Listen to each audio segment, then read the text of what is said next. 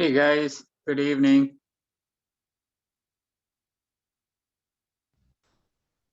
Hi, PK. Hey, how you Hi. doing, guys? Hi, how are you guys? Nice. Good.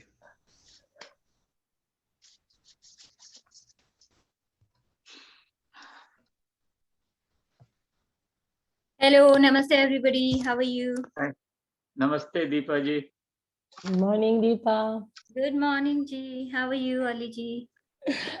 Nice. I'm fine. Thank you. And you? Very good. So there is no new student today. I can see Thakur. How are you? Great, thank you. Okay, just tell me about yourself. Where you Sure. from? What is your name? And what is your expectation from the class? My name is Tako Oda. I live in California, so it's 9:30 p.m. here. And I'm an admirer of yours. I did the 500-hour yoga teacher training, and you were one of the teachers that I got to watch a lot of videos of. So I was happy to see that you're going to be teaching this class. I'm very excited about Yoga Nidra. Hoping to actually use it to teach with at some point soon. Okay, thank you. So everybody, we'll start. So we'll start with the mantra. So everybody sit comfortably. Keep your eyes closed. Observe your body. See your or observe your sitting posture. Back, neck, head in one line. Shoulder relax. Bring smile on your face, smile on your forehead.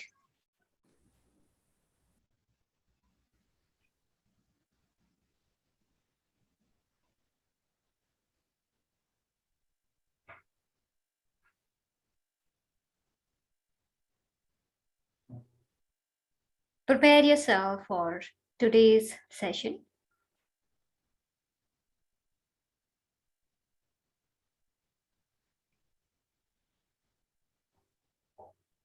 Keep inhaling and exhaling.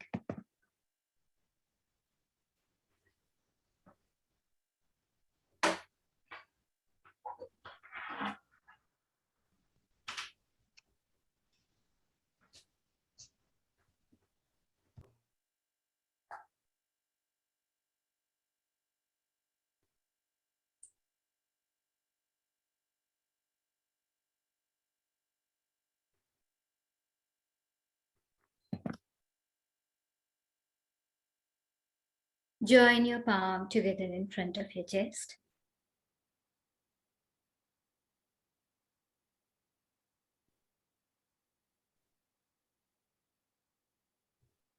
We are chanting 3 times Om together. And then I will chant a mantra. The meaning of the mantra is, please, Divine, protect us, guide us. We should have a great energy together, all of us. The study what we are doing should be effective, useful for us.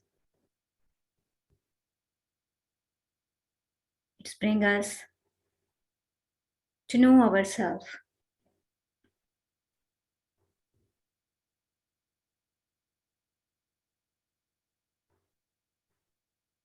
Smile on your face, smile on your forehead.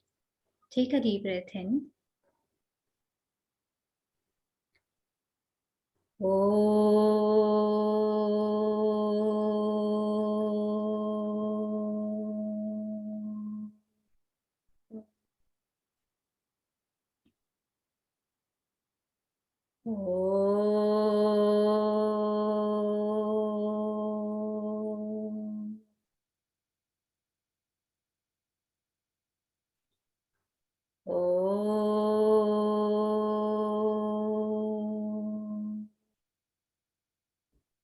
Sehna Vavatu Sehno Bhunaktu Sahaviryam Karavavahe Tejasvina Vadhitamastu Mavet Vishavahe.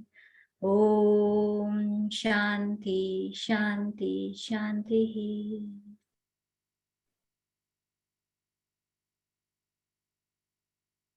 Slowly, gently open your eyes.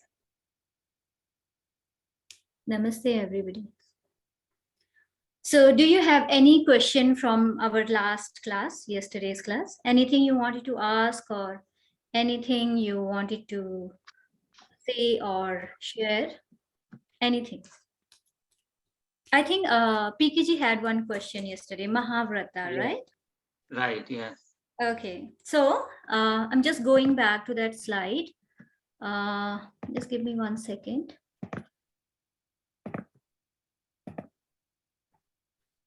So what we was talking about the, I think this one, right? Is it same as yamas? Yes, Maha- so, yes, Okay. so, Yeah. yes, so PKG or everybody. So Yama, it's called Yama, and you will see I have written this Mahavrata. Vrata is vow you take, right? So for example, you say, now from today, I will start practicing non-violence. Okay. But what is Mahavrata means? That, for example, you say, I will practice non-violence. So doesn't matter what situation happened, what time is there, what place you're living, what state of mind you have, you should follow it all the time. Yeah, sometimes people have like, okay, I speak truth, but only I will speak when it is good for me, right? It's not like that. Or ahimsa, for example, people say, okay, I will eat healthy food. For example, you say, I will eat healthy food, but sometimes you have craving and you're not getting food, and then you say, oh, I will eat junk food. So it's not Mahavrata then. Mahavrata means whatever situation is going on outside, you are very strict to your practice. Okay, that means Mahavrata. So these 5 yama is also called Mahavrata. So when you are following yoga, no matter what situation is that outside, you should follow it. Okay, Yeah. make sense? PKG? Yeah. That's why Like it's Mahavrata. It's So like an oath or something. You yes, take so an oath and say, I'm not going to do that again anymore. Yeah. yes, so it's Okay. like I will not, this is my oath to follow non-violence. Yeah. So Right. if any situation come, for example, something happen outside, and some people, they say, I will be vegetarian only on Tuesdays and Saturdays, because like them. So it's like change with the time. So something which is not conditional, that is Mahavrata. Okay. Any other have any question from yesterday's class? Okay, if you don't have any question from yesterday's class, so now today our topic is 2 topics we are talking about. One is mind and one is sankalpa. Okay, so these are the topic we are taking today. So when we are saying mind, right, it's very popular words, or all the spiritual practices, whatever we are doing, no matter which religion you come from, which culture you come from, which practice you come from, which country you come from, all these spiritual practice, they work only with the mind. Maybe they also start from physical body, or maybe they come from different practices, but the ultimately goal is to work with the mind, because mind is one who give us pain. So reason of our pain is, or reason of our suffering is only the mind. So to understand this mind, we will go through modern theory of mind, and we will also go for yogic, what yoga say about mind. Okay. So I have this definition which I bring from internet, and what is mind according to how we define mind, right? So you will see that mind is defined as the sum of cognitive ability that enable consciousness, perception, memory, thinking, imagination, and judgment. So when we say what is a quality of mind, so we say perception, memory, thinking, imagination, judgment, all these work is come from the mind. This is a work of mind, right? And so we sometimes say we have conscious mind, we have subconscious mind, unconscious mind, right? We have these all things from there. So this definition come from Google. I take what is mind, huh? And I'm going with the next slide. Okay. Today I will send you yesterday's slide and today's slide also. So no need to worry. Yesterday I did not get time because it was so late. Today I will send you. So second definition also, similar definition. It's also say that mind is a set of faculty, responsibility for mental phenomena. The faculty include thoughts, imagination, memory, sensation, all these things, right? Perception, pain, experience, belief, desire, intention, emotion. These all come from our mind. So when we explain mind, we say mind has memory, mind has emotion. Because of these emotion, we have feeling, we have desire, we have belief, pain, experience. Because of memory, all this is come from our mind. So actually mind is one thing where all these emotion, all these memories, all these perception is come from our mind only.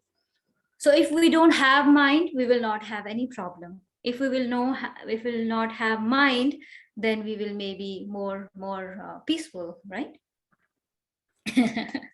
So mind is the problem, right? So we need to remove this mind. If we have some system that we can remove our mind, then it's very nice. Okay, so if you go through the yogic way, and when I'm saying yogic way, then yoga is coming here. Ayurveda, what Ayurveda believe, what yoga believe, it's come from here. So it's come from the philosophy of yoga. There is mind has 3 gunas.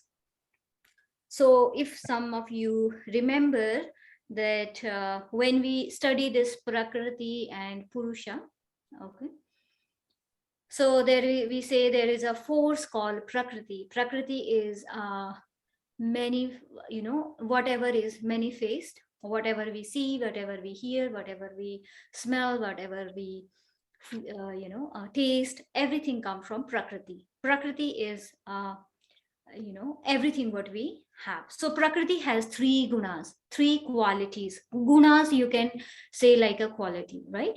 So Prakriti has 3 gunas. It's called tamas, rajas, and sattva, right? So it's like our whole existence, our whole nature, our if you say universe has these 3 energies, right? So a whole universe, because everything is made by Prakriti, and whole universe, including ourselves also, have these 3 energies. One is called tamas energy, one is called rajas energy, and one is called sattva energy. So what is tamas energy? Darkness and cause, chaos. And what is rajas energy? Rajas energy is active and passion, right? And what is sattva energy? Sattva energy is bring brightness and harmony, okay? So light also you can say, okay? So when we say sattva is more defined as a light. Okay, so I think you can write here lightness or harmony, right? So when we are in tamas, right? then our mind, so mind also have these three gunas, right? When mind is in tamas, so we will feel more heavy. So I'm just going in a next slide, if you see. So what happened when mind is in a tamas state of mind, tamas state? So I'm saying there are three different gunas, right? These three different gunas has three different qualities, right? And our mind live sometime in tamas, live sometime in rajas, live sometime is sattva. Okay, so when mind is in tamas, so what happened? Okay, somebody is I can hear noise, maybe PKG. Yes, okay. Okay, so tamas is a state of mind where is more darkness is there, right? So when mind is in that, so heaviness, darkness means the tamas energy is heavy energy, and because of that energy, what happened? We have different state of mind. Okay, so it's saying that tamas is darkness. Yes. And when we are in that state of mind, you will feel laziness, disgust, attachment, depression, yeah, helplessness, doubt, guilt, shame, boredom, addiction, hurt, sadness, confusion, grief, dependency, ignorance. Okay, so when our mind is in this state, when we feel lazy, when we feel disgust, when we feel so much attachment, when we feel depression, stress, when we feel helplessness, when we feel doubt, we have guilt, we have shame, we have boredom, okay, and some addiction, right? Addiction of anything, right? Hurt, sadness, yes. Confusion, grief, dependency, ignorance. So when we have these type of emotions, we need to understand that our mind is going in a tamas energy. Okay, so tamas is the reason of these negative emotion. Each and every negative emotion is actually come when our mind is in a tamas state of mind. Okay, should I move to the next? Okay. Okay, then what is rajas? When our mind is in rajas state of mind. So rajas is the energy of passion and activity. Okay, so you will see when we are in rajas state of mind, then you will see action, change, and movement, right? And the nature of the rajas is so you will see that quality of anger, right? You will feel because when we are in rajas state, rajas is of we need to achieve something in our life, right? So the last one, which was tamas, that was more negative one. And sometime because of that negative mind, I'm talking about tamas, the last one, because of that tamas energy, because of that negative energy, we harm ourselves and we harm other self also. But when we are in rajas energy, rajas is we are more thinking about ourselves, so our mind is competition mind. So I wanted to achieve something in my life, I wanted to be best in my life, I wanted to be successful in my life. So what happened in this mind, we are because we need achievement, we need identification for myself, and because of that we got angry. For example, you have one goal, so the rajas energy is more goal oriented, so you will say I need to become a famous person, or a successful person, or I should have a big house or car, or I should travel all over the world, I should so this is like more something we need to achieve, right? So for example, you set a goal and you are not able to achieve that goal. So for example, you will say, okay, my goal is to achieve next month I need to achieve this goal, right? And when you are not able to do it, maybe somebody is not your worker, your colleagues, so you will get angry, right? So anger is byproduct of rajas energy. And when you are not able to achieve that goal, you will have anxiety, you will have fear, oh, if I will not achieve this, if I will not successful, so fear is also coming, and irritation will be there, worries also will be there, restlessness will be there, stress, right? Courage, courage is there, but sometimes too much courage also not good. So all these qualities come from the rajas energy. So you need to understand here what we are doing here. A person wanted to achieve something in their life, right? And that is only identification that person has. So when we are in rajas mind, we will have these type of worries. Sometimes it's also motivate us, but still we have rajas mind. The next mind is sattva mind, right? So all these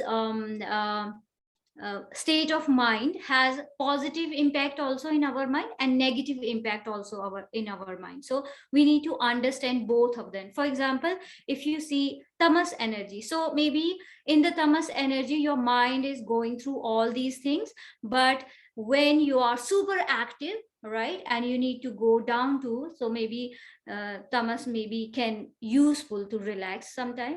Rajas maybe motivate you to do something in your life, but sometimes the byproduct also have these type of emotion coming there, right? Sattva energy, sattva is one of the very light, because it's a state of lightness, yes, and harmony. So when we are in sattva mind, our mind will be balanced, our mind will be in harmony, we will have joy, right? So what we need to do, so what is the purpose of doing all these spiritual practices? To bring our mind from the tamas and rajas to the sattva mind. Okay, so what we need to do, bringing our mind from rajas and tamas, because most of the time our mind is living in, although in the tamas, although in the rajas, because of our lifestyle, because of our conditioning, because of our nature, because of all these social pressure, right? Because of that, what we are most of the time, although in the tamas state, although in the rajas state. And the all spiritual practices are to bringing our mind from the tamas and rajas state to sattva state. So in the sattva state, what happen? So we are more balanced, delightful, happy, peaceful, free. We will feel freedom, we will feel love, compassion, right? We will feel empathy, friendshipness, focus, self-control, so all positive quality of mind only we will feel when we are in sattva state of mind. Okay, so if you understand the simple formula which come from these scripture, they say we have these three state of mind, right? So when you feel I am very negative, lazy, depression, no meaning in life, right, these type of situation, then we are in tamas mind. When we feel competition, goal achievement, and we have fear, anxiety, depression because of that, because we are not able to achieve that, it means we are in rajas state of mind. And then we need to bring ourselves to sattva state of mind. So when you will bring it in the sattva state of mind, what will happen? You will feel all positive emotions. So all positive emotion come only with the sattva state of mind. Okay, did you understand these three of them? Rajas, tamas, and sattva. Okay, so all the spiritual practices is to bringing ourselves from tamas to rajas to sattva. Okay, so from the tamas or from the rajas, because we all exist there only most of the time, we need to bring ourselves in a sattva. So there is some suggestion. So I'm just showing one table. So again, Rajas energy is active, passion, desire and attachment is there, and energy is there, expansion, movement. Sattva is truth, goodness, light, harmony, balance, spiritual initiance, upward flowing intelligence, consciousness. Okay, tamas is like inactivity, darkness, delusion. So this is like one table who, whatever we talk about this. So now we are going some suggestions, right? So how to reduce these gunas. So for example, how to reduce this tamas. So food is always a big reason to have, if you remember when we was kid, we was saying, people were saying, my mother was saying, whatever you eat, your mind and body become like that, right? So here also we say that how our mind is built, how our mind have these three state of mind, three different states, rajas, tamas and sattva, because of food. So food is a very, food play a very important role in our mind. So we need to avoid the tamasic food. We need to avoid oversleeping, overeating, inactivities, and we need to avoid fearful situations, right? And if you say what is tamasic food, then tamasic food is heavy meats, heavy food, right? All these packet food, if you say, whatever we have these packet food, right? Processed foods, all these foods are tamasic food, right? Refined, all type of refined food are tamasic food. So you say that fresh vegetable we need to eat, right? So everything which has cooked already. For example, you cook, one of my friends, she was saying she lives in some city and she cook for week. So they cook once in a week and they keep these food, So according to Ayurveda, according to yoga also, you say that a food which is made 48 hours before, or we should not eat it. So 1 hour before. So we need to eat fresh food. So everything which is not fresh actually is a tamasic food. So the second one is how to reduce rajas. Again, food is playing an important role. And sometimes we do so much exercise. Over exercising is also bad because it increases rajas. Overworking. So I have one friend, he work like 18 hours, and it's increased rajas energy, it's increased competition, it increased stress, right? So working too much is not good. Very loud music, some people, we have some friends, I have some friends, they play music from morning to evening, so loud music. It's also increased it's also increase the rajas energy. Too much thinking, right? Too much attachment with the material good, it's also bring more rajas energy. Okay, so food which includes in rajas is, which increase rajas, that is fried food, spicy food, these type of food. So most of the time when you eat so much spicy food, in India, people eat so much spicy food, fried food. These are some of the food which increase the rajas. Okay, so I'm moving to the next one, sattva. So we need to reduce rajas and tamas, and we need to increase, right, the sattva. So we need to eat some food which increase sattva energy, right? And we need to to include some of the habit, right? For example, thinking more positive thoughts, right? Spending time to the nature, right? When we talk about some activity which brings you happiness, right? do some activities which brings happiness in you. If you see the food, so whole grains, fresh fruits, vegetables, right? So everything which is fresh, fruits, vegetables, right? Whole grains like wheat flour, rice, right? But if you will see food, what we are having today, for example, rice, right? I'm not talking about the polished rice, or if you will say, let's say grains, I'm not talking about refined grains. So maybe if you can get something organic, right? But I don't know how much organic when we buy it is, right? So fresh, everything which is fresh is, which gives you life. For example, anything which, for example, something which can have life. For example, you have seeds. So if you eat seeds, right, and if you also put this seed on the soil, it grows. So everything which have this life, which can grow, it's also helpful for us.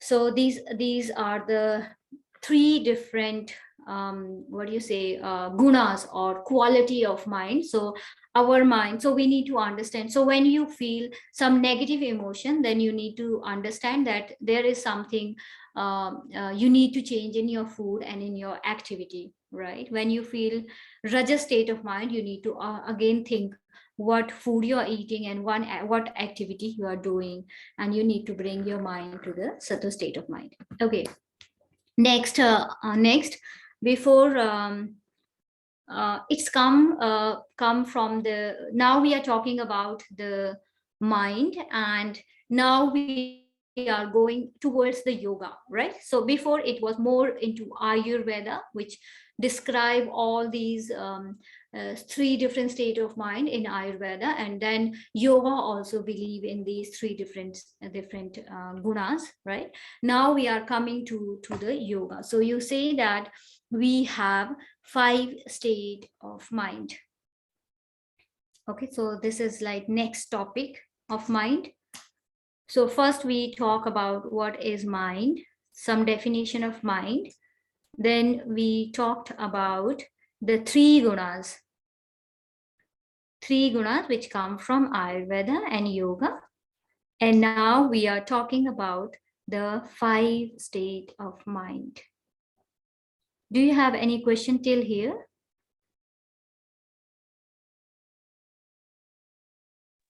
Deepaji, they say the vegetables grown above the ground are Yes. better. How about the ones which are like peanuts, the groundnuts and the roots which we eat, which are grown in the ground? Is that okay? Yes. Like So, radish, yes, very carrot. good. Yes. Very good question, PKG. So most of the time we say that anything which grows in darkness, right? So which Right. grows in darkness, for example, potatoes or onion and garlics, right? Right. Or so many things are there, right? Most of the time Ginger. we believe that these vegetable or fruits, right, are not category in a sattvic, Right. because they grow in a darkness, and because of they are in grow in a darkness, they have more tamasic energy in that, right? So you will see when you eat too much potatoes, after eating potatoes you feel sleepy. Yeah, right. When you are eating too much onion, you will have more negative impact. Yeah, when you are eating too much garlic, so you will see that when we are following sattvic diet, we avoid these things, right? One thing Right. is there. Some theories also believe that for example, a potato or something which grow inside. So when you are bringing it out, you actually the plant is coming out, so you are actually killing a plant. Yeah, Oh, green plants. mhm. So when you're killing some plant, even plants, then it's like you are not following the non-violence. Non-violence, yeah. Yes. So what we say that, or like for example, you will say then it's look like when we pick the fruit from the tree, then we are Trees, also not yeah. no we are not following the violence. But here we are not killing the tree. We are Right, taking the fruit from the tree. But when you are for example what is the gajar ko kya bolte hain? yeah, carrots, yeah. So for example carrot, right? So you are bringing carrot out from the mud, right? So you are actually taking all the plant out, right? You are killing that plant. So Right. sometimes people also don't eat these things because we are killing them, Right, yeah. right? So Yeah, you the will root, kill. we are taking out the root, yeah. Yes, because of that, the plant is dying, right?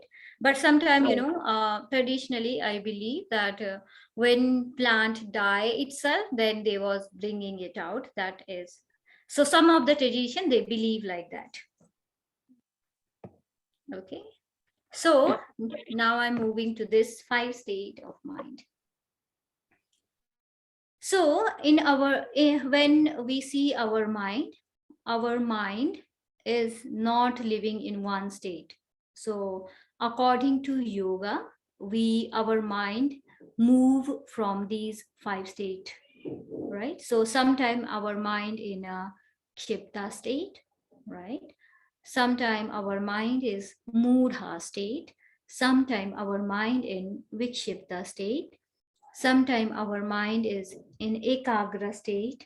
Sometime our mind is in a niruddha state.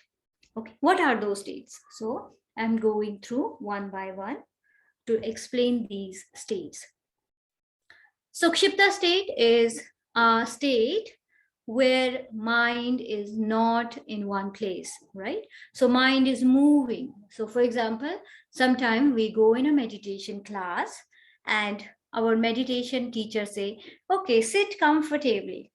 Okay, so you may be sitting comfortably, but after 2 minutes or 5 minutes, you see that your body is not able to sit and your body is saying just move and you're moving. Sometimes you say we are moving too much, we are not able to sit, too much movement, right? Not only with the body, with the mind also. And sometimes we are just seeing this watch when this time will go over, right? So again and again we are just watching the clock, or our mind is not here. So maybe teacher is saying something and mind is going somewhere else. Maybe mind is in future, in past, or an ice cream, or some other places. Okay. So that state of mind, and we also compare this mind like a monkey mind, right?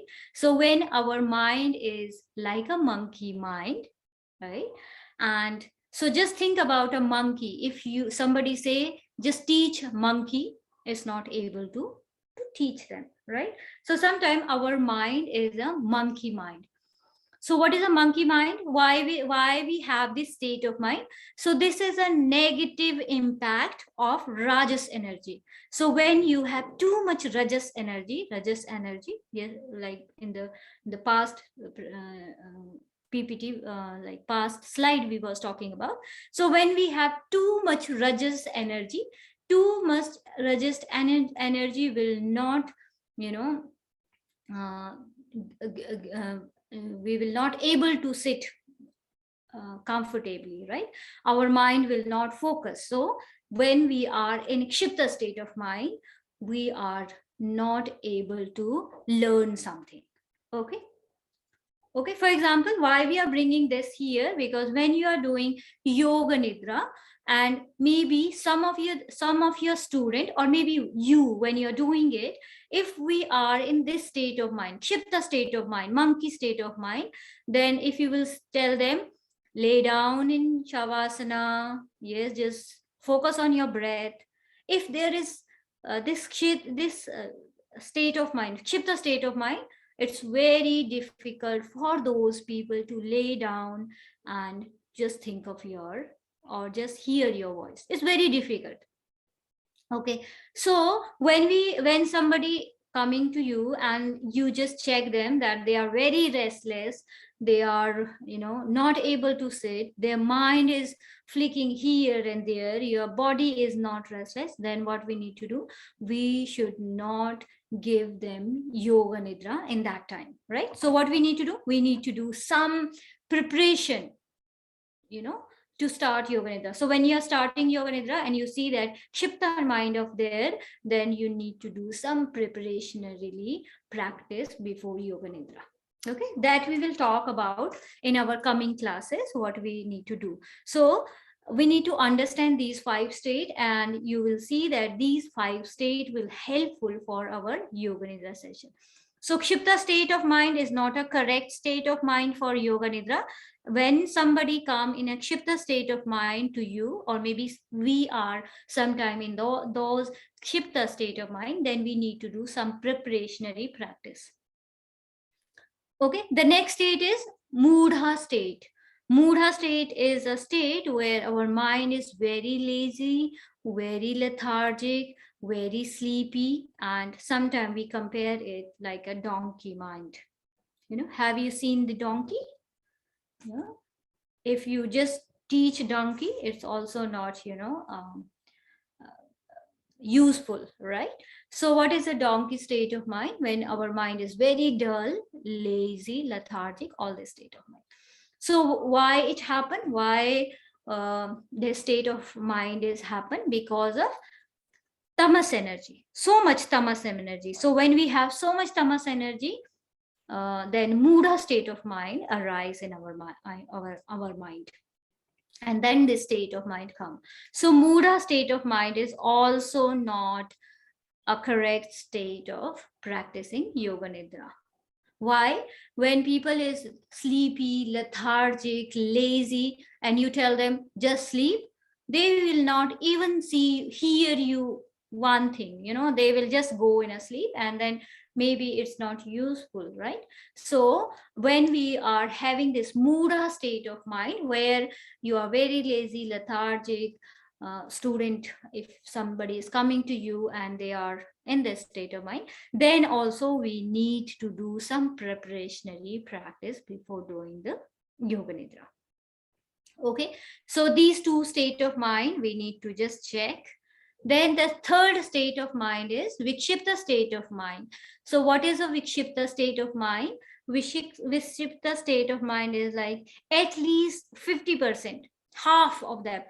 So if you will see the number 1 and number 3, they have same thing, right? Only VI is different, right? So it come from their state, same state, but here what is the thing, that 50% of our mind is actually focused, right? It's like a butterfly. Think about a butterfly.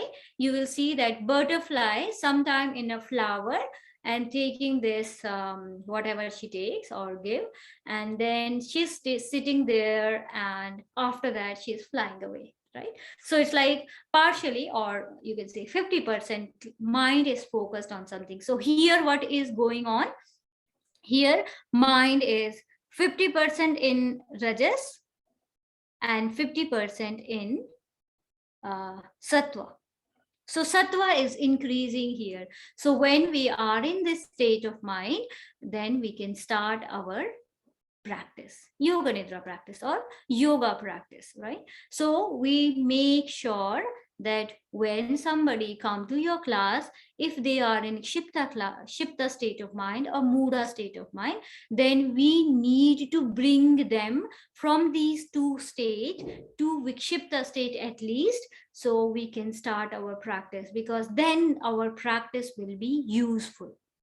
Okay, so when you are giving session, right, when people are in this, at least in Vikshipta state, then it's useful that you will give the practice. If they are Kshipta state or Mudha state, then it's not good. They will not have any impact, right? At least so we need to do some preparationary practice before starting yoga nidra. Okay, so did you understand till here? Then fourth state of mind is ekagra, one pointedness. Here 100% of our mind is focused, right? And this is the pure state of sattva, pure state of sattva, where the mind is focused, 100% focused. Whatever you are teaching, whatever they can have it, right? So this is a best state. So number third and number fourth.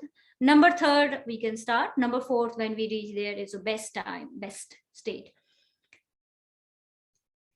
So number fifth is niruddha state of mind. Niruddha is also fully focused, right? So what is the difference between the ekagra and niruddha? In ekagra state of mind, you are focused, right?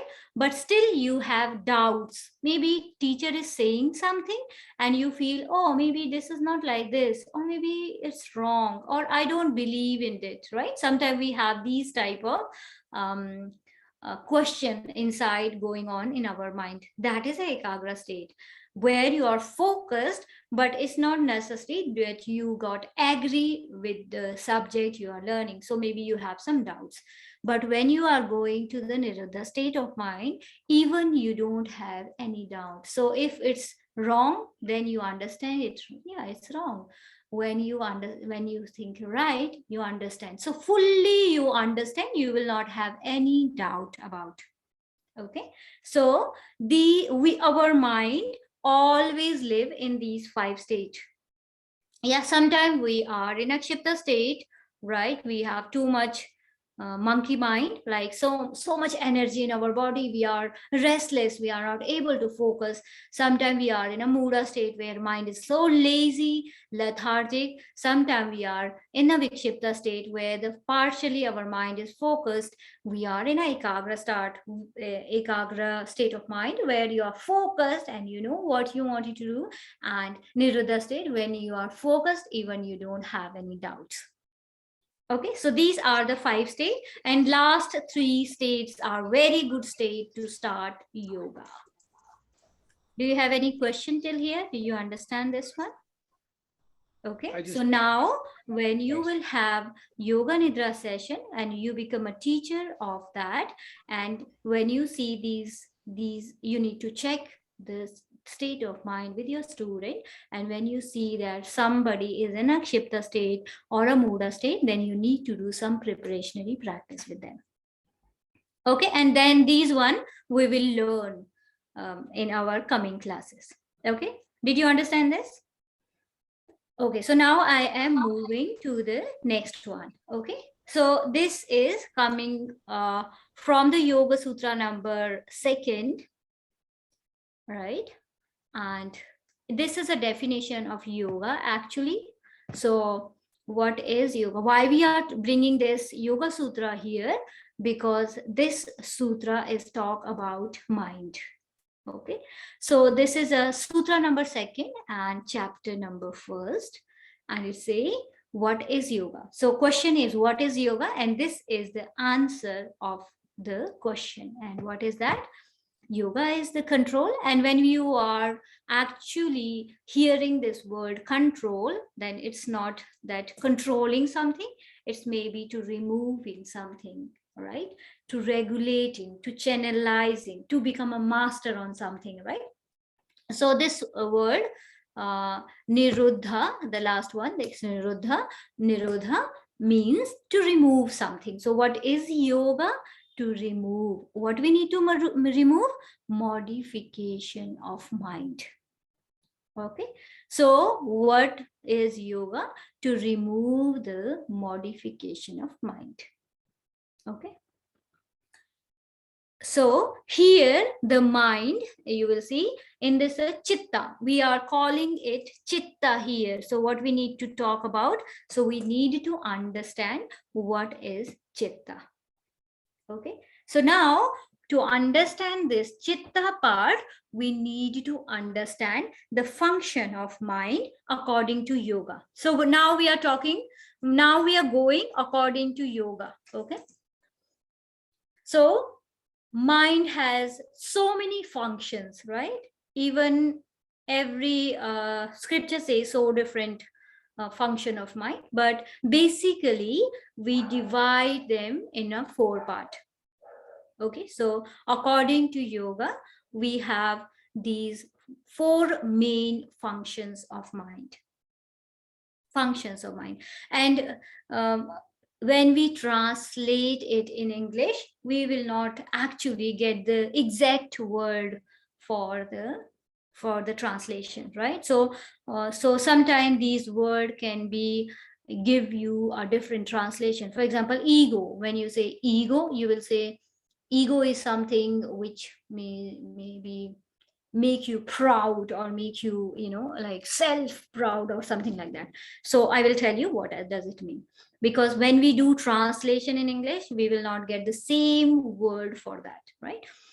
So according to yoga, we have 4 functions of mind, and these are manas, buddhi, chitta, and ahamkara. Okay, manas, buddhi, chitta, and ahamkara. So manas, what is manas? And there is no word in English, manas. So mind is here. Actually, this is a function of mind. So here. So manas is actually a storehouse of all information we get from outside. Okay, so you can write it if you wanted to understand it. Manas, a place or a storehouse of the information which we are getting from outside. Okay, so if you will see from where we are getting this information, then we have these 5 senses.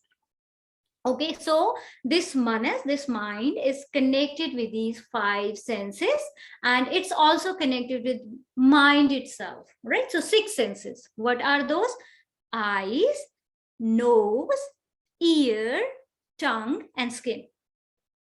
Okay, so these 5 senses. So you see something with the eyes and you got this information, but I don't have any intelligence. So I only is working like a camera. So you take a photo from your phone, right?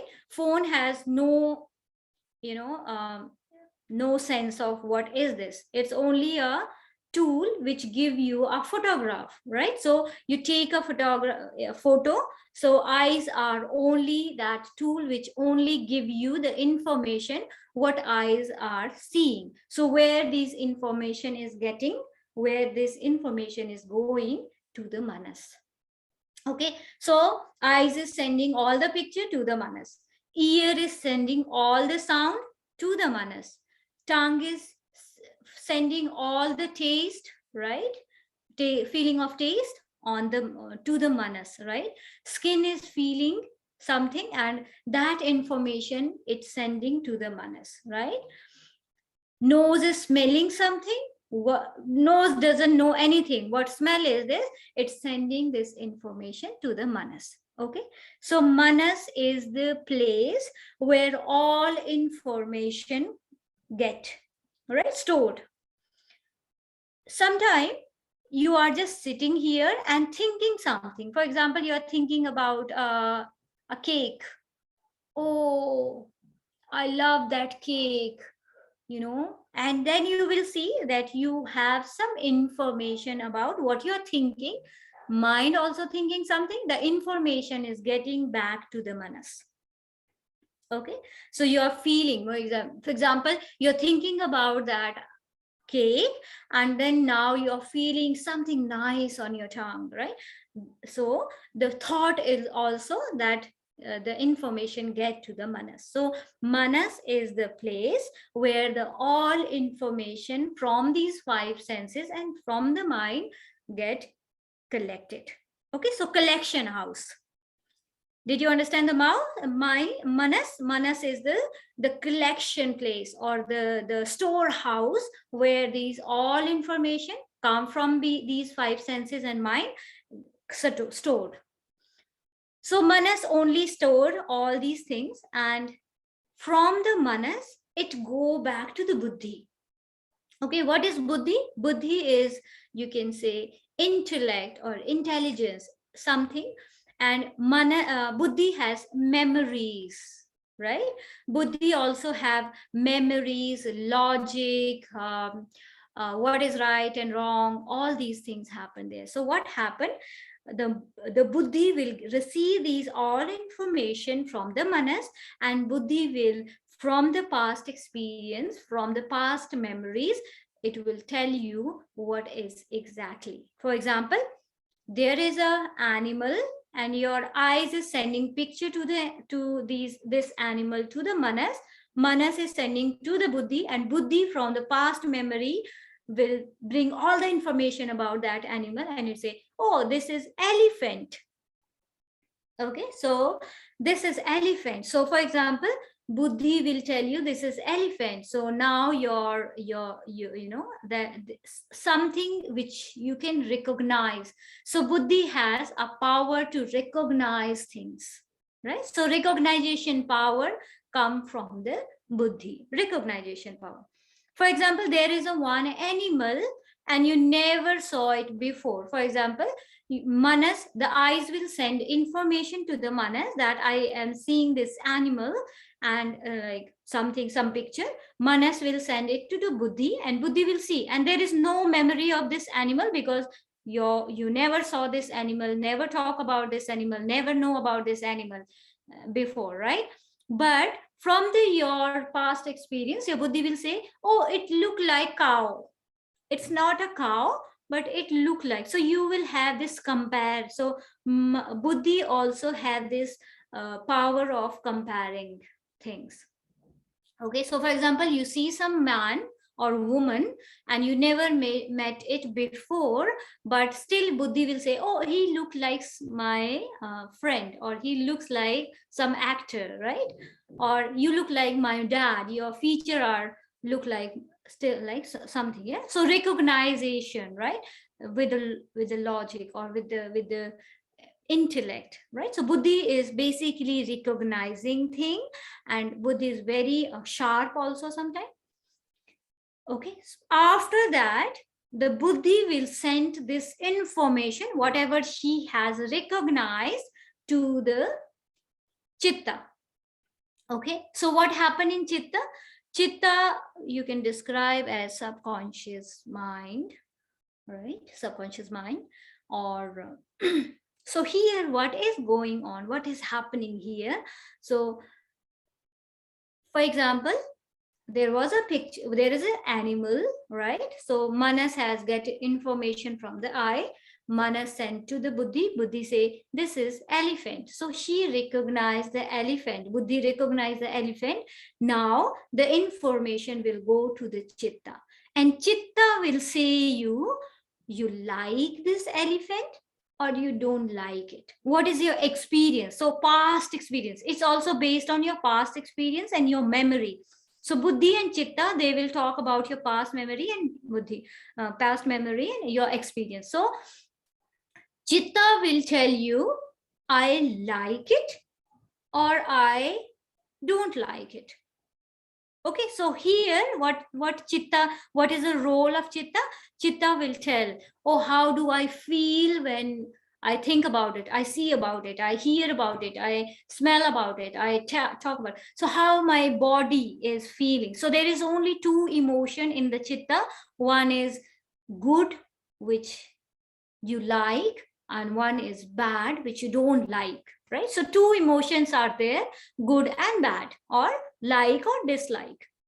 Okay, so now ahamkara is like an ego. Ego is not actually correct word for ahankara. It's something to identification of ourselves. So ahamkara is how we identify ourselves. Okay, so our self-recognition, self-identifications, right? So in the chitta, what happened? Chitta, so now I'm going from the beginning.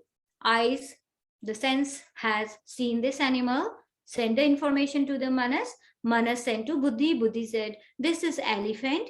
Chitta say, I like elephant. So what is ahankara? Ahankara is your action also. So action will say, oh wow, what an elephant. Maybe you will go and touch and give some love to elephant, right? But if chitta say, oh, I hate elephant, I don't like elephant, or I bad experience with the elephant, so what will happen? Your ahamkara, your action will, maybe you will not go near, maybe you will not even see, or you will have some emotion inside, or some type of fear or anxiety or anger, right?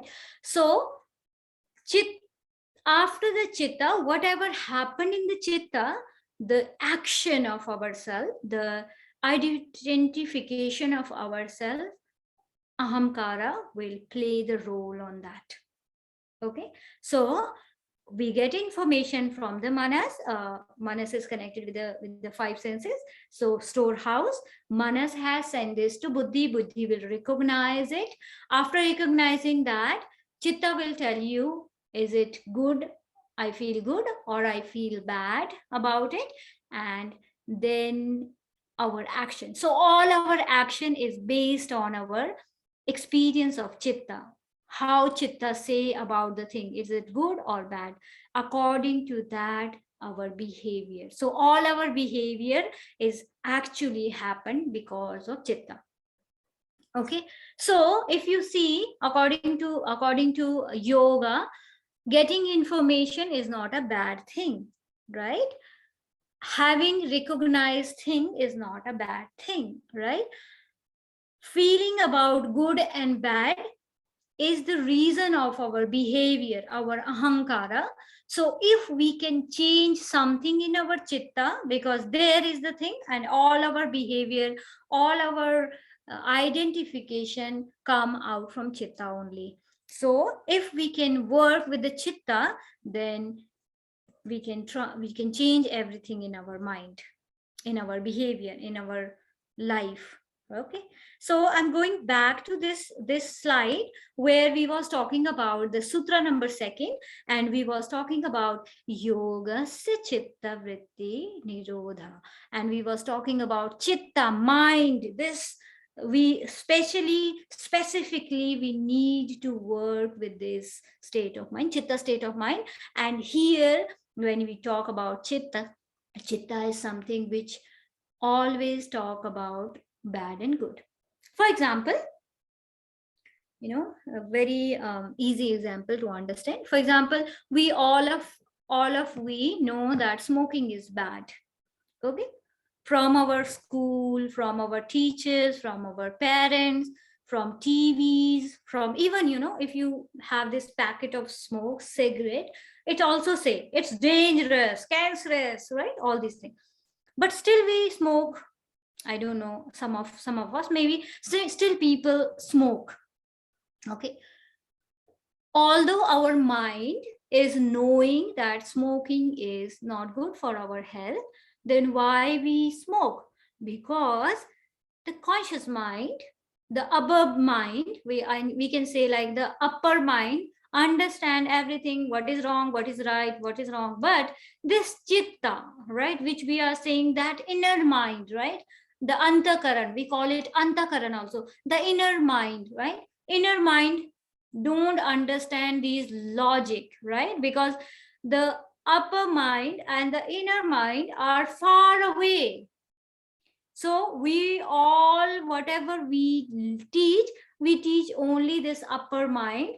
Yes, and the upper mind has more logic and all these things, but the inner mind, right, which is antakaran, don't know anything. It's only behave what it like, what don't like. So for example, when you smoke, this inner mind feel very good, and because of that he gave this craving to have more because he like it, right? So what is yoga?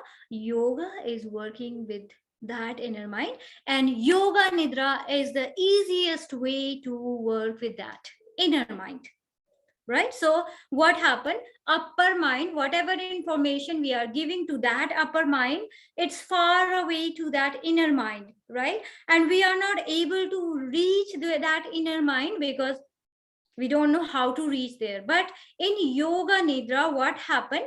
we bring our mind with that, we bring our consciousness from that upper mind to the inner mind. And you will see that Sankalpa is creating a very good role there. What Sankalpa do?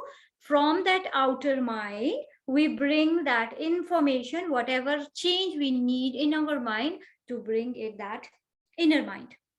So once information go to that inner mind, it's easy to change things, right? So we have our outer mind, we have a inner mind. In the outer mind, what happened?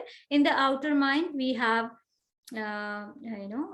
logic, doubts, or no trust, all these things is here. So when you say in this, I will talk about this more into Sankalpa part, right? So here what we are talking about, that Chitta is the place where the good and bad thing happen, like and dislike happen. So when Chitta say I like it, your behavior will be different. When Chitta will say I don't like it, your behavior will be different. And this is the reason of our pain and pleasure. Did you understand this four function of mind? Okay. This mind thing. So we are taking 2-minute break. So please, if you wanted to go, because almost 1 hour. So please take 5 minutes is okay. 5-minute rest. Okay, so we will come back in 5 minutes. So if you wanted to go washroom or drink water or stretch yourself, right? And we are coming back in 5 minutes.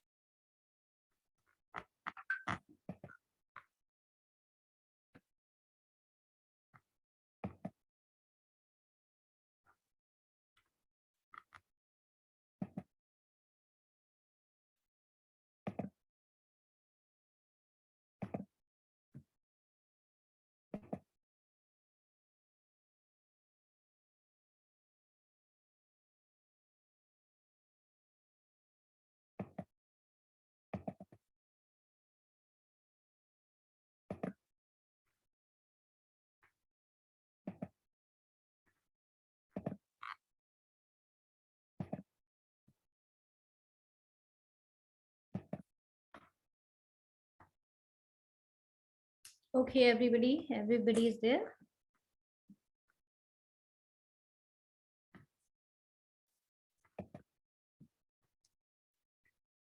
Okay, so till now, what we have learned so far, mind. And then we was talking about 3 gunas of mind, sattva, rajas, and tamas. Then 5 state of mind, which is Kshipta, Mudha, Vikshipta, Ekagra, and Niruddha. 4 functions of mind, Manas, Buddhi, Chitta, and Ahankara. Okay, so Ahankara is identification of ourselves or our action and behavior. Okay, so next topic. Do you have any question now?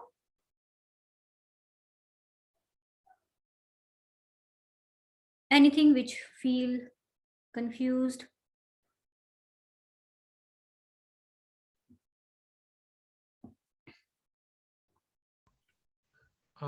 I have a question. Hmm. You had referred in this discussion also to the concept of the outer mind and the inner mind.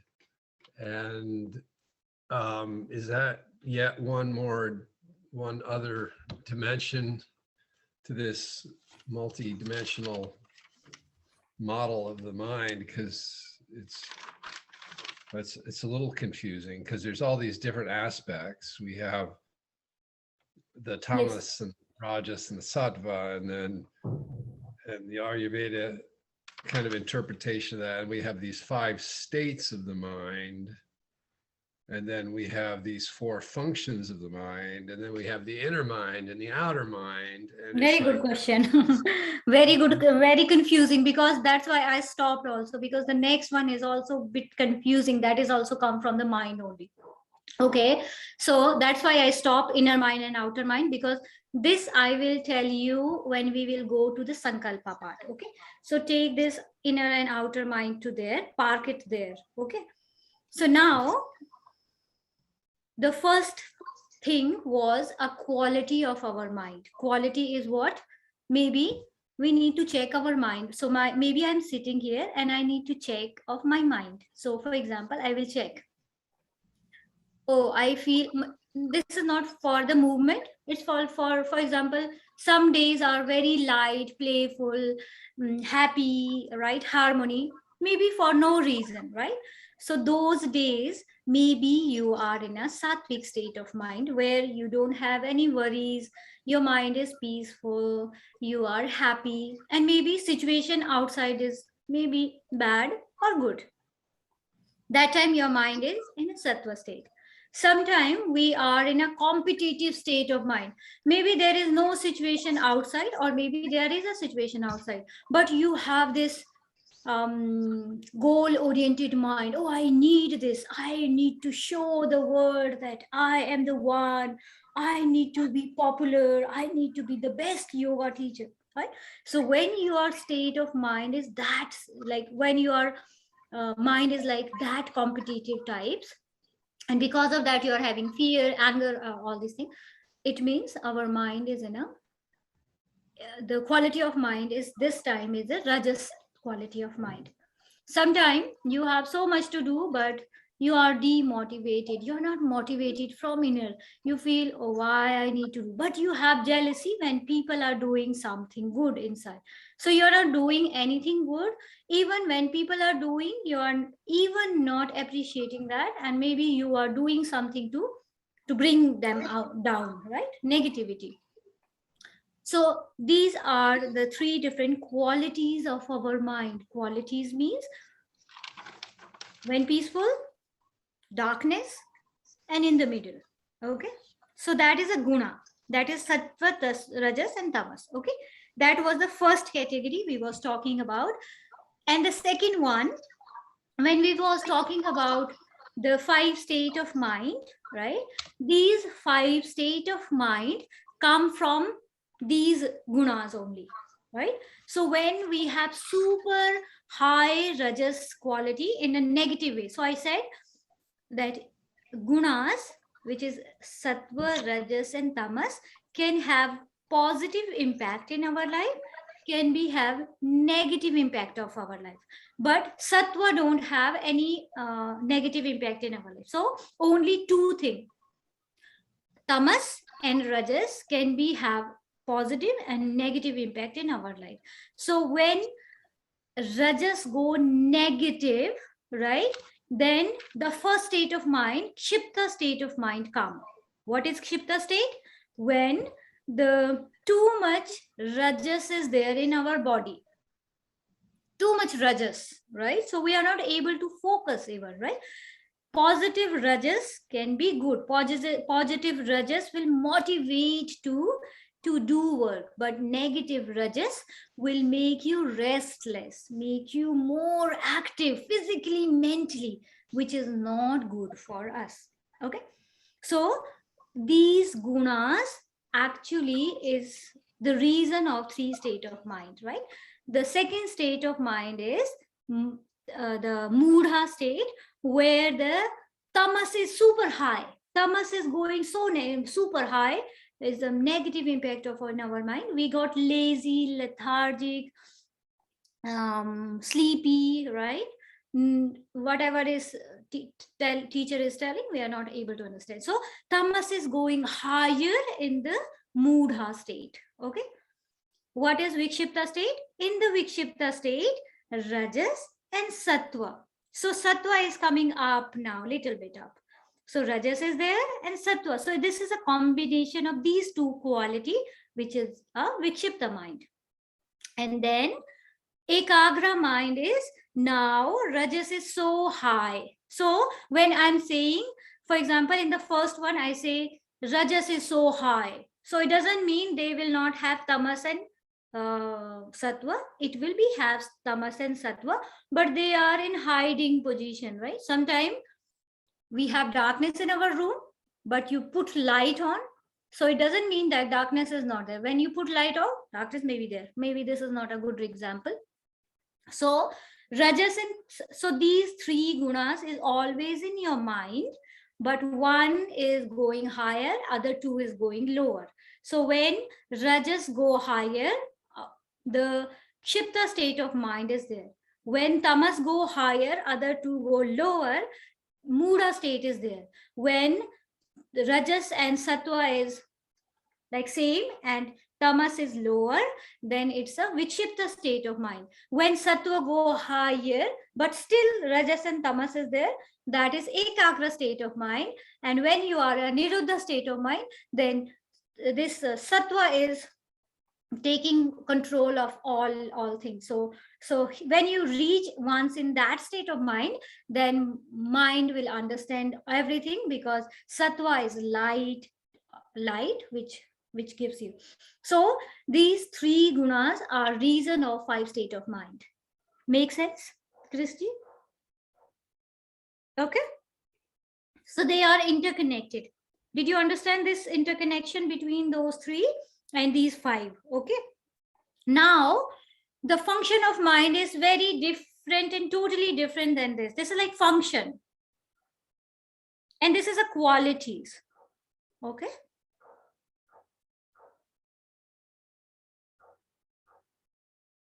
so for example, there is a machine has certain function, and because of that function the product is coming out. But if the machine has some problems, the functioning problem, then maybe product will not go good. So if chitta go higher, for example, machine has 4 function to do, and they need to, buddhi maybe need to be more bigger than chitta. If chitta go more bigger than buddhi, then product will not come out. So most of the time we have chitta, the chitta's role are bigger than other 3, right? So that's why we have this pain and pleasure in our life, because pain and pleasure is coming only chitta. Okay, so when buddhi go higher and chitta go lower, so when we have control on that chitta, where we, chitta we said here, subconscious mind, where we don't have any control, but we need to go deeper on that. Okay, did you understand the function of that? Now next topic is also come from the mind, and what is this? So I'm going here.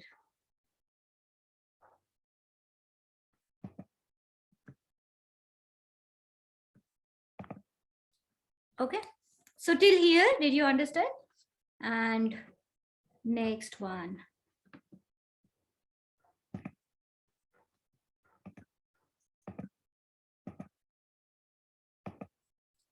So you will see that when we go here, chitta vritti. So there is two things. One is chitta, which is mind, and vritti is modification of mind. Okay, modification of mind. So now we are talking about the mental modification, which we call chitta vrittis. And they have 5 sources. So you can see 5 sources to get information. Or my mental modification. So modification of mind. What is modification of mind? So 5 sources are there. It's come from yoga. So we have 5 type of chitta vrittis. Okay. So you can understand a different way also to knowing this, like where our mind lives. Where our mind. So if I tell you, just close your eyes, everybody, and just see your mind. What thoughts are going on in your mind? Just watch your thoughts. Just keep your eyes closed for 1 minute and just see your mind. Observe your mind and just see what type of thoughts are going on in your mind.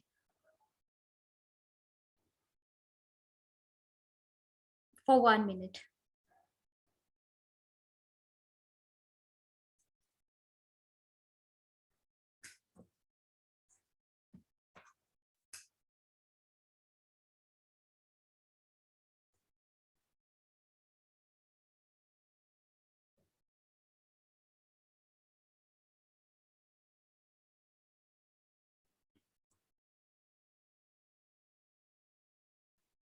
Okay, open your eyes. And now you need to remember what thoughts was there. And after this 5, I will ask you a question. Okay, just remember what you had in your thoughts. Or maybe you wanted to write down, just write down. Okay, so now 5 type of chitta vrittis. Okay, the first one is pramana. Pramana we translate in English as correct knowledge. Pramana is correct knowledge. Viparya. Viparya is wrong knowledge or misconception. Wrong knowledge you can also write. Viparya is wrong knowledge. Vikalpa is imagination or fantasy. Vikalpa is imagination or fantasy. Nidra is sleep. Smriti is memory. Memory. Okay. So I'm giving you 1 minute to write down.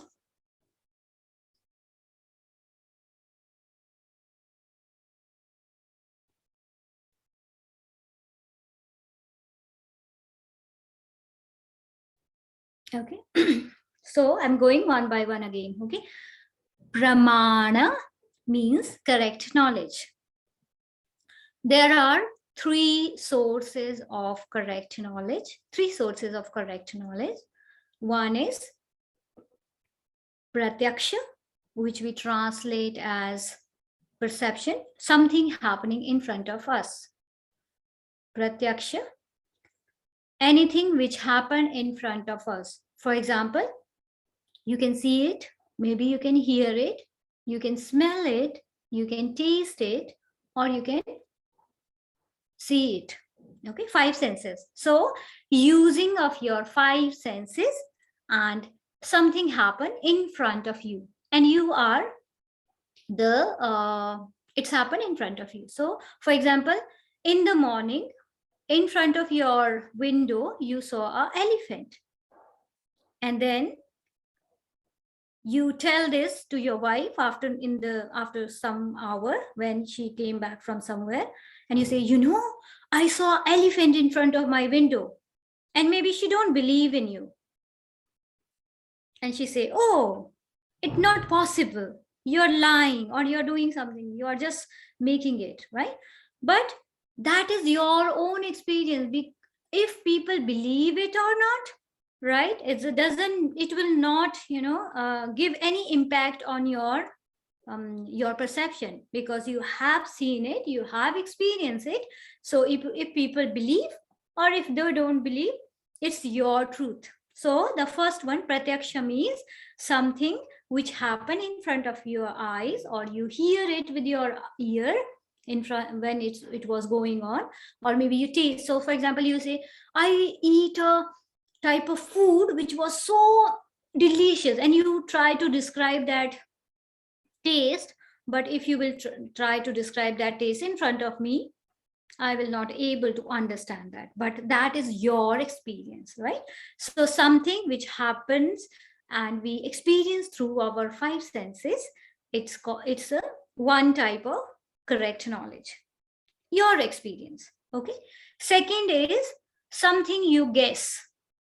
And friends, for example, we call it pramana, pratyaksha, pramana. Pramana means you have something, and because of that you can guess it. For example, you live in a place, for example, I live in a Rishikesh, and there is a forest area, and maybe one day I see this smoke coming out from the forest, and I maybe guess, oh, maybe there is a fire there, but I am not able to see it from here. But because of smoke, I am able to guess it, right? But for that, I need to have a previous experience of this combination. So I should have this knowledge that when the smoke is there, fire will be there. Okay, so they are interconnected. So I can guess, oh, smoke is there, fire is there. For example, I wake up in the morning and I go outside and I saw everywhere is a water, like everything is wet outside. So I did not see the rain in the night, but now I am guessing, or maybe in the night there was a rain, that's why everything is wet outside. So I have some proof, and because of that I can guess it. Okay, so this is inference, which you have some proof. For example, it can be, you can also guess for the future. For example, you see these black clouds and you can guess, oh, maybe in the evening it may rain, right? How it coming? From your previous experience. Maybe you will say, oh, last year also I have the same experience, the same type of cloud was there, and then it happened rain. So maybe when you guess it and in the evening maybe it's rain, right? So it's guessing, interconnection. Okay, so this is a second type of correct knowledge. Third type of correct knowledge, which come from testimony from somebody else, right? Or maybe verbal communication from others' experience. For example, somebody tell you, when I meditate, right, something good happened. But this experience come from there, and you maybe practice that, and maybe you believe. The best example is this is maybe you believe in God. Yes, we believe in God, but we never saw God. And we don't know anybody who have saw God, but still we believe in God, right? Or maybe you believe in some rituals which you don't make any any description why I'm doing it, because your ancestors was doing that. Now you're following it blindly, but you have fully trust on that. Okay, so this is the three type of correct knowledge for yourself.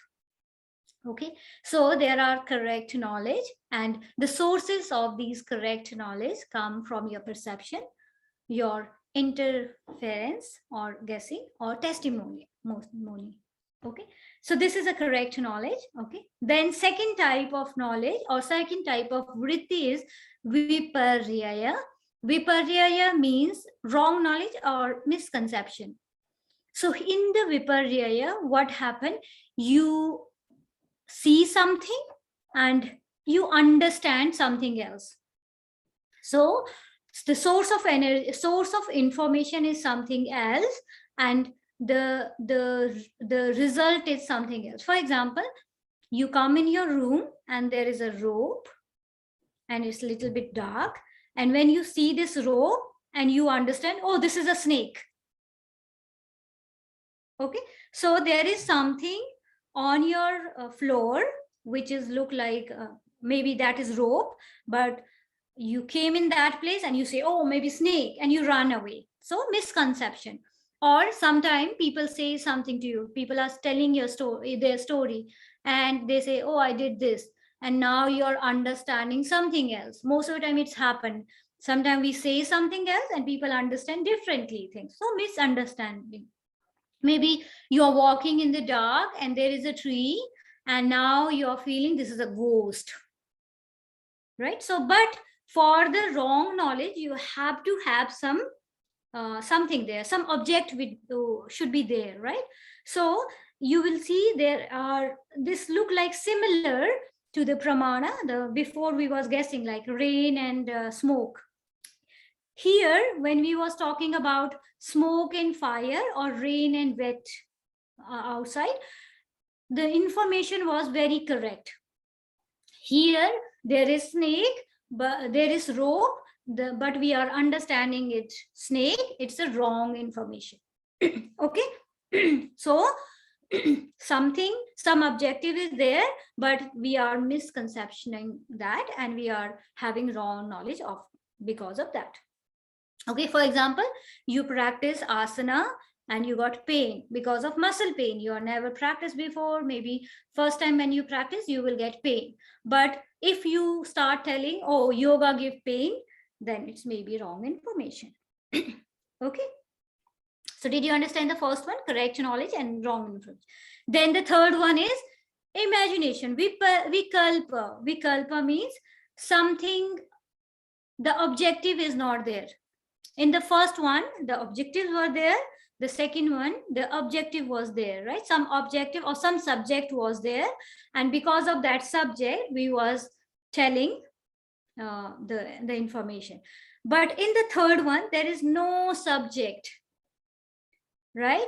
And we are having imaginary subject or imaginary something. So it's like it's come from our words, right? So for example, you say, I'm imagining myself to flying in the sky. Imaginary, but the information comes through the words, right? So words should be there, right? So imagination can be anything. You will imagine yourself, oh, I'm going to holiday in the sea, beach area. I'm laying down on a beach, sun is coming on me. So this type of imaginary or anything. So it can be anything. For example, you say, oh, I have wing and I'm flying in the sky. Okay. So words are there, but there is no object. There is no subject. Okay. So we call it like fantasy or imagination of our mind. The fourth one is sleep. And I think you all know what is sleep. When we are going there and there is, nothing is present in there. So sleep is there.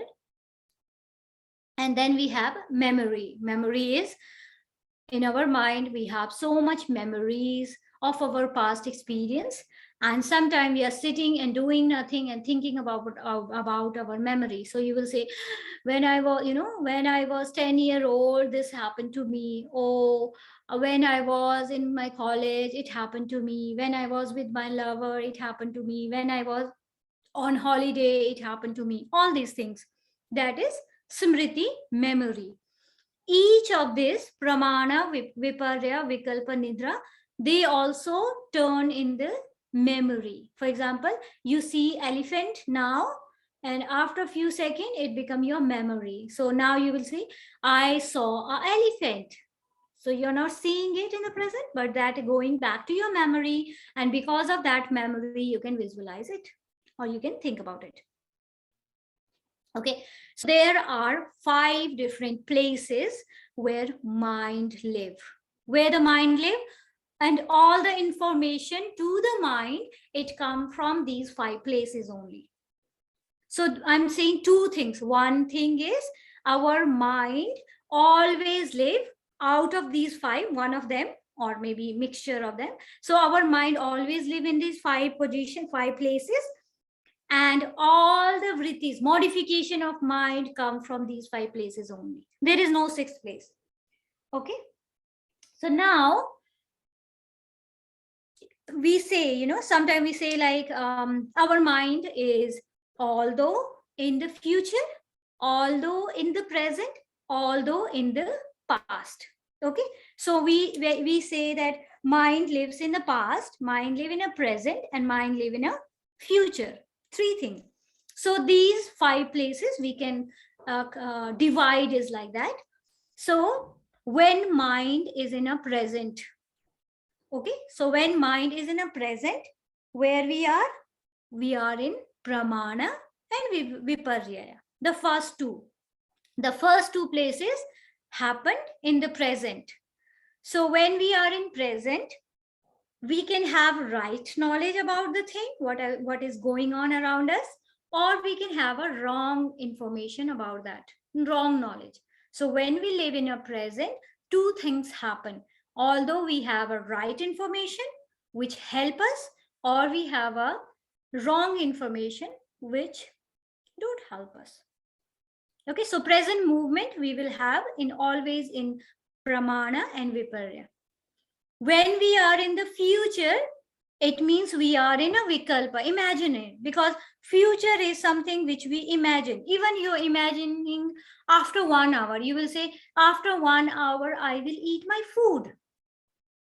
Even food is there in your kitchen, but now because you are living in a present and you're thinking about your future, and it's not sure all the time that you are able to eat that food every time. Maybe sometime you're thinking, oh, I will eat this food, and something happened. Maybe you have called from your friend, oh, let's go out. So you have imagined that you will eat food after 1 hour or after 30 minutes, but suddenly some call happened and you gone out. So it was imaginary then, right? So anything which we think from this present movement, from out of that in the future, it's imaginary, everything. Okay, so our mind is sometime always in the future, maybe in vikalpa state of mind. We are thinking, oh, I will have this, I will have this, I will become like this, I will this, that, this. This is vikalpa, imaginary state of mind, in an imaginary place, right? Then we have sleep. So in the night, when or day, and also when you sleep, then maybe there is a dreams. And dreams are what? Dreams also can be maybe the imaginary, because most of the time dreams are imaginary, and maybe it come from your past, something you miss, but most of the time dreams are imaginary. So we are making that, we are not talking, when we are talking about sleep, we are not talking about dreams, because dreams are fantasy, they come from vikalpa only, right? Dreams. So vikalpa is imaginary thing, something which come from your future, also thinking about your future, or some fantasy which is don't belong from anywhere, right? Some fantasy which come from dream also. So that also come under the vikalpa state of mind. What is nidra state of mind? Here you will not have any thoughts. So zero thought state of mind, deep sleep, you can say it, where we don't have any sleep. We are talking that nidra here. Yoga nidra also come in this category. So here mind is having zero state of mind, zero thoughts. Okay, then we go to the smriti part. What is smriti part? Smriti is memory, and memory we always have from the past. So when we are talking about memory, it means we are talking about the past. So mind lives although in the present. When we are in the present, we can have right information or a wrong information. And then mind can be in the future. When we are in the future, we are in the state of vikalpa state, imaginary state. When mind is in the past, we are in the memory state of mind, smriti, and then maybe a fourth state where mind is sleeping. Okay, there is no other place. Did you understand? And these are actually the reason of our modification. All the information to our mind, whatever thought, emotion, desire, activity, recognition, everything, whatever we was describing about the mind, all things come from only these 5 places. So we see something, and then it's become a memory, then it's become a feeling, then it's become a negative and positive thought, everything happen, but the information will come only these 5 places. So just think about, for example, you're sitting here very smiley, you are very happy, you are very healthy, you are very wealthy, and you're sitting and you're just thinking about your future, and you're just thinking, oh, maybe in the future I will lost my money, I will lost my health, I will lost my friends, and nothing happened still here, but you're thinking about the future imaginary thing, and you are having these negative emotion of fear, of insecurities, of all these things, right? So actually nothing happened, but because of that thought of imagination, you can have so much negative emotion.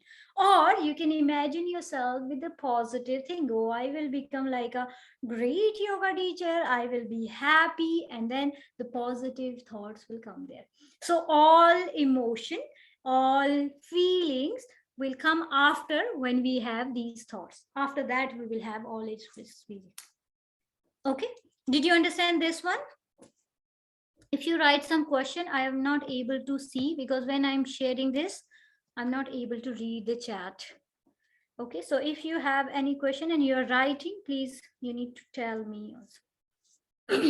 Okay, did you understand these 5 places?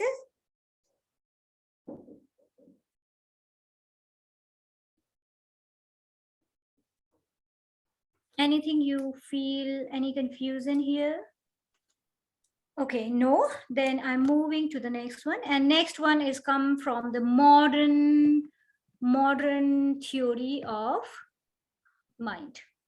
This is not coming from the yoga, right? This is a very psychology. Sigmund Freud, everybody we know Sigmund Freud, right? Great psychologist, right? And he say there are 3 different state of mind, or 3 different level of mind, right? We say conscious mind, subconscious mind, and unconscious mind. Okay, so it's like a iceberg. So what we see here, we are just talking about the upper part is just conscious mind. And what is conscious mind? Which we are aware of. For example, you are aware of your thoughts. What thoughts is going on in your mind? That awareness type of thoughts, they come in a conscious mind. The pre-conscious mind or subconscious mind is the mind where we have information, memories, right? Memories. So for example, you know something. For example, you know some person, yeah, and to see this person, you see, oh, I recognize this person. Who is this person? But the name is not coming. But it is still there in your subconscious mind, right? Maybe it's come after few. When you think about it, it's come. That is the subconscious mind, where these memories stored. Then we have this unconscious mind, where all these desires and all these hidden things, or maybe some trauma, something happened in the back, but now we are not aware about it. This all information, all the suppression, all the our behavior come from the subconscious mind, because all the things what is there in subconscious mind will make our behavior, but we are not aware of it.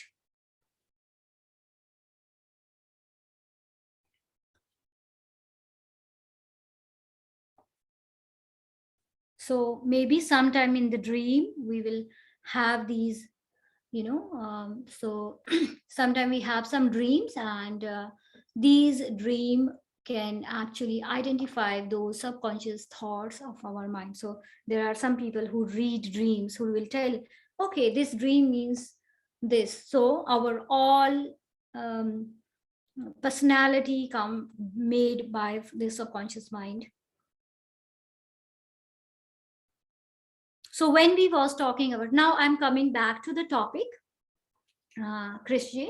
So when you was talking about that, okay, what is that inner mind and outer mind? So we was talking about this. So unconscious mind, right, is that inner mind, which is inside and which don't have any, it's the behavior pattern. This is a more pattern types go there.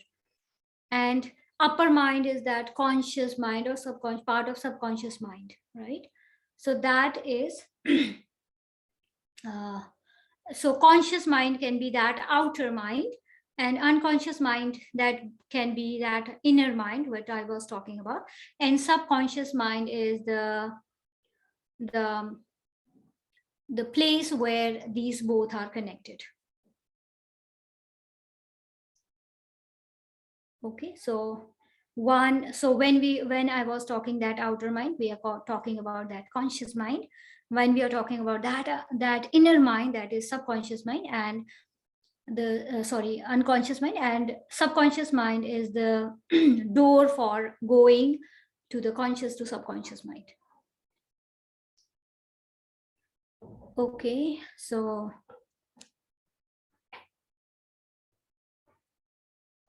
if you wanted to write down something about conscious mind and subconscious mind, a little bit more information which come from Sigmund Freud about conscious mind or subconscious mind and unconscious mind. So I think, so you will see that if you deeply study, it will make sense how we can, this mind is the problem, and how when we work with the mind, we can get rid of our, pain and pleasure. The suffering and the pain come from the mind only. Okay. So I wanted to talk about Sankalpa also, but unfortunately, we don't have time to talk about Sankalpa. So tomorrow we'll talk about Sankalpa.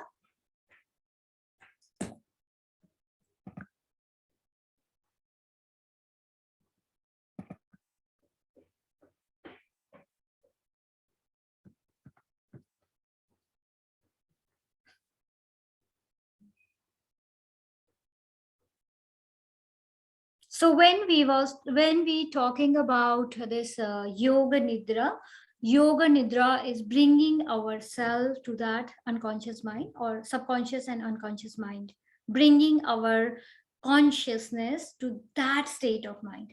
So when we will talk about yoga nidra, what is yoga nidra? Till we are not reach there, what is yoga nidra? First, we are trying to understand our mind, because to understand our mind, we understand everything happened to our life.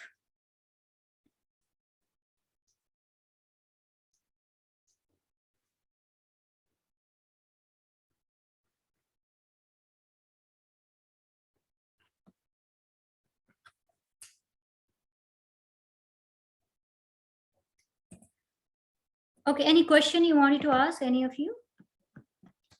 Okay, so now, if you remember, I was telling you 1 minute thought, what you had. So if you see that 1 minute thought, you will see we are in that 5 state. Maybe you are thinking about your present,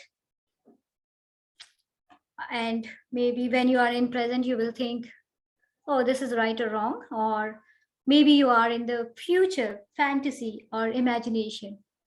Maybe you are in the past, memory, right? Or maybe you are in a nidra state of mind, right? Or memories are there. So every time our mind is living in these 5 states of mind. Vrittis, they come from there only. So now we are doing 2-minute relaxation with the sitting posture. Keep your eyes closed.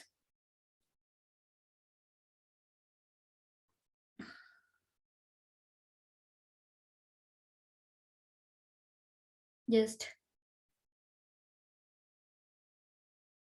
create a positive thought for your life.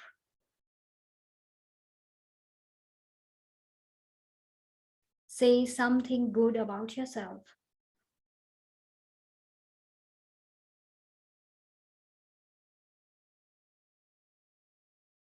A positive thought for yourself.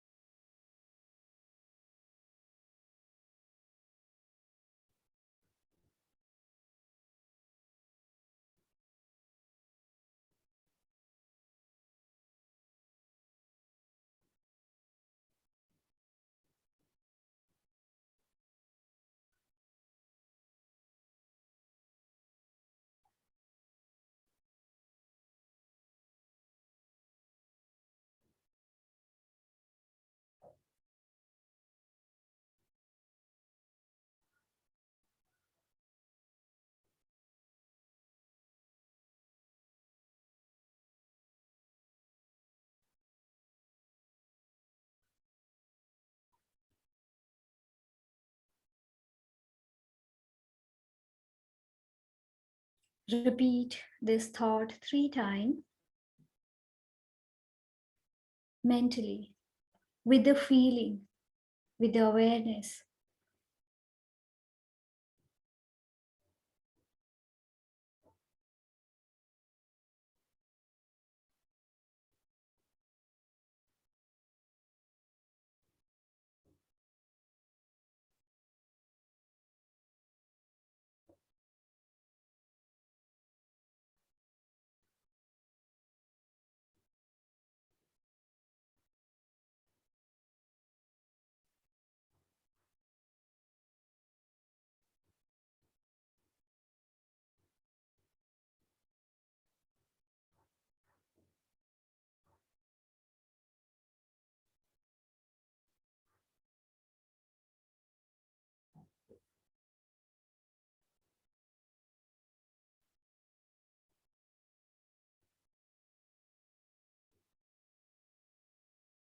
Join your palm together. We are chanting 1 Om and 3 Shantis together.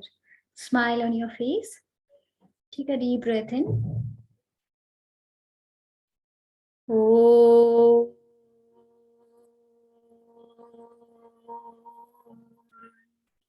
Shanti, Shanti, Shanti.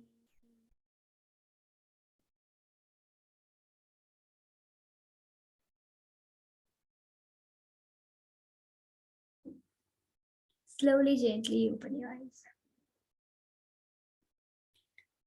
Namaste, everybody. In the evening session, we will do practice, okay? We will do Yoga Nidra practice. Okay, so morning session, this is morning time for me. But not morning, this is afternoon for me. So afternoon session will be theory session, and the next session in the evening will be the practical session. Okay, so see you after Yeah. in the evening session. PKG. Thank you. Yeah. Thank you, Ji. Thank you, Good everybody. night. Thank you. Nice. See you later. Thank you, Thank you. Ji. Deepati. Thank you. I'm just sending you this slide, okay? Give me 5 Okay. minutes and I will send it. Namaste, everybody. Okay, Namaste. thank you.